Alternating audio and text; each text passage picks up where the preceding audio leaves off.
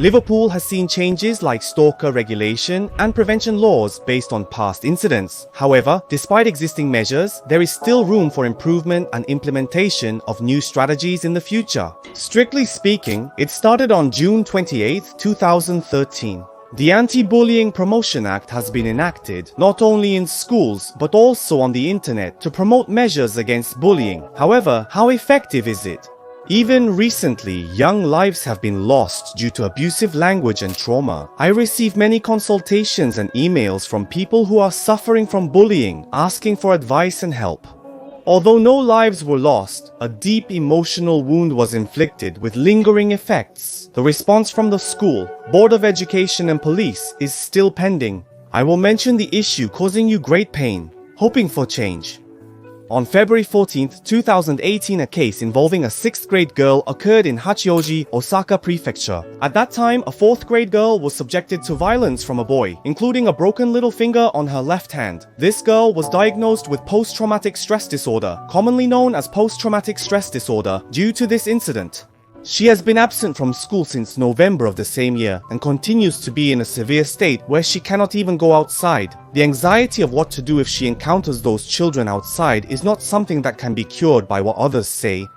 Though there was no sexual violence, it was a soul-crushing experience for the girl. She closed off her heart after the incident, which happened over 2 years ago. The school, perpetrator's parents, Board of Education and police are currently involved.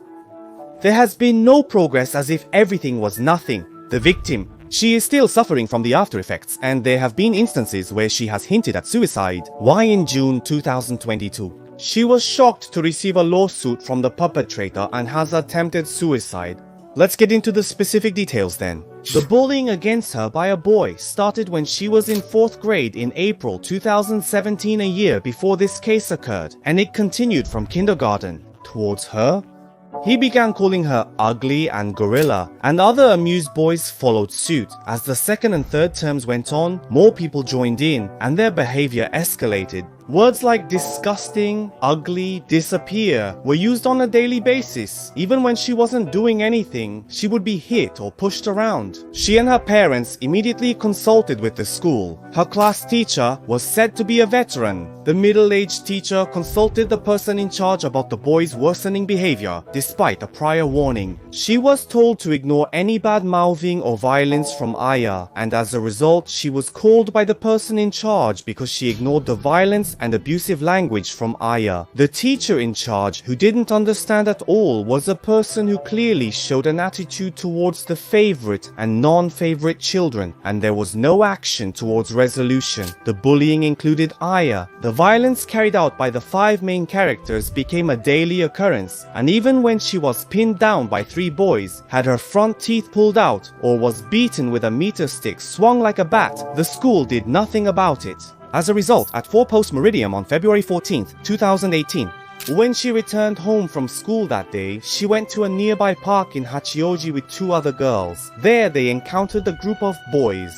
Boy A was there on the slide. He touched her feet and tripped her. She tried to shake off his actions, but in the process, she accidentally stepped on A's hand. This infuriated A, who threatened to beat her up. When she responded defiantly, he kicked her in the face and stomach repeatedly, knocking her down on the slide. She fell flat on her back, trying to protect herself, but A's violence didn't stop. He stomped on her head, targeted her hands while jumping on her. She tried to escape, but A grabbed her by the hair and repeatedly slammed her head against the metal slide. He continued to beat, kick, and stomp on her. While she was lying there, beaten and bruised, A declared himself king and laughed. The other girls, realizing the severity of the situation, tried to go call a teacher, but she begged them to call her mother instead. Her mother rushed over. It was around 5 in the afternoon when her mother arrived. Until then, the girl had been subjected to relentless violence from A, resulting in injuries. Here is the medical report. It's too painful to put into words just how brutal the violence was, and it wasn't just a minor incident, as I'm about to explain. Her left pinky finger was broken from the base, and the injury was so severe that there's a possibility of lasting complications. While the incident itself can be considered a case of abuse, the truly horrifying part is the response from the school, the Board of Education, and the police after the incident occurred. The school dismissed the incident, stating that they couldn't intervene because it happened off school grounds.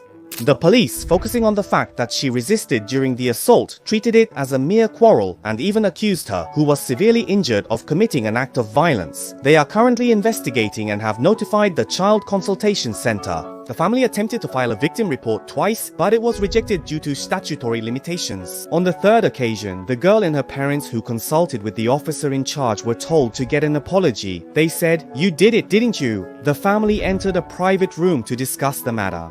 The family says that the attitude of the officer in charge became extremely high-handed. The parents gave an example of a conversation with that officer. A thin woman walking at night was asked if it would be her fault if she met someone. The officer stated that it would indeed be the woman's fault. Moreover, when information disclosure was requested later, it was stated that no comments had been made about the case at all. Why did it come to this? It's because when Boy A was wrestling with his girlfriend, he submitted a diagnosis to the insurance company that he had strangled her. However, this diagnosis was issued on March 1st. A was diagnosed about 2 weeks after February 14th, the same day he was allegedly severely beaten by his brother, according to an eyewitness. It's questionable to claim he strangled his girlfriend while wrestling with her. The situation is being distorted. Additionally, the school mistakenly discarded records of his girlfriend being bullied, which she was consulting about. The school counselor also lost her records for some reason and is refusing to be interviewed about this case. In short, this is the situation so far. The police and the school do not recognize this as an incident of abuse, but rather as foolish behavior. In the end, they treated the victim as the perpetrator. The case finally started moving about 5 months after the incident in July 2018. 8. The Prince Education Committee set up a third-party committee as a serious situation because there was a request from the victim's side to set up a third-party committee for this matter. The investigation should have proceeded in the direction where it should be conducted, but it did not. After nearly a year of inquiry, it was acknowledged on June 6, 2019 that this was bullying. However, it was found that the investigation was inadequate, and we have accepted this. In July, the Superintendent of Education apologized and announced that a third-party committee would be set up again for re-investigation. She watched this press conference on television. The Superintendent of Education has never met her face to face until now. It's not enough to just apologize for the sake of appearance. Who is he apologizing to? She said so. However, the strong desire of the family to clarify the location of responsibility is the reason for the re-investigation. In October, she heard from the investigator that the results would be out within the year. The report of the re-investigation was submitted on January 20th, 2020. The case was recognized as an act of bullying, reaffirming what had happened. And the lack of knowledge about bullying by teachers and the Board of Education wasted time and caused her more suffering, further preventing bullying. The fact-finding investigation defined by the Bullying Prevention Promotion Law was not conducted. It also points to the illegality that did not exist. The result is a clear report that the principal and person in charge at the time are responsible. However, from then until now, no one has taken responsibility or apologized. No direction was added. Only for boys, the parents and the school education committee did nothing. Regarding the attitudes of the adults involved in the police case, it is unthinkable that it was a true response. The instigator of the current situation persists in their actions. What happened to the woman's family after that? We are checking with the city's Board of Education, but they say they can't tell us because it's personal information. It seems that no action has been taken. Is the result of the third-party committee's investigation just a formality? The prince has been protecting children since April 1st, 2022. There is a main issue behind this, but what did the parents of his daughter do to the prince? We are asking. It's not honest. It's better to think that there won't be any in the future. 2 years ago, he was told his daughter's story. The family's anger and sadness are indescribable. They are desperately trying to change the Board of Education's situation. She herself is also fighting desperately, sending letters to the members of the re-investigation committee, showing courage and perseverance. I sincerely hope that the adults who know about this case will respond appropriately and that she will be able to go out with a smile as soon as possible. I would like to thank the many people who have helped us to investigate this case so far, including the detective known as Yasuaki Anzai, who has been dealing with the problem from the beginning. He deeply empathizes with the victim's suffering and is working diligently to assist them.